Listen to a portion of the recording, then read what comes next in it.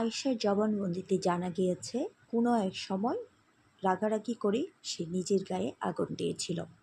আর হত্যার উদ্দেশ্যেই সে ছুরি আর চাকু নিয়ে এসেছিল। কোনো এক সময় রাগারাগি করে সে নিজের গায়ে আগুন দিছিল। হত্যা করার উদ্দেশ্যে ছুরি চাকু নিয়ে বাসায় আসছে কাজের মহিলা। স্বামী জানে কিনা টাকা চুরির বিষয়টা আমরা এখনো এটা কনফার্ম করতে পারি নাই। আমি আপনাদের মাধ্যমে পুরা দেশবাসী, বিশেষ করে ঢাকা নগরবাসীকে অনুরোধ করব, আপনারা এই গৃহকর্মী, গৃহ সহায়তাকারী রাখার পূর্বে অবশ্যই তাদের পরিচিতি নিশ্চিত হবেন।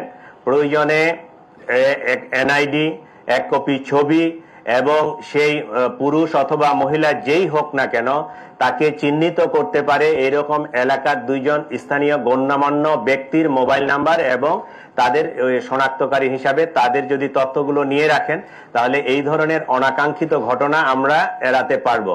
এই ঘটনাটা অত্যন্ত দুঃখজনক। আমরা চাই না একই ঘটনার পুনরাবৃত্তি হোক।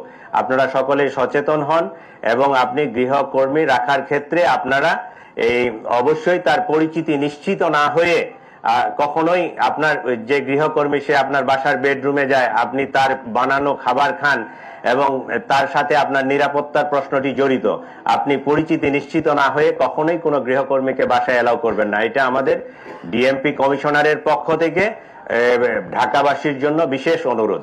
আপনারা অবশ্যই এটি খেয়াল রাখবেন।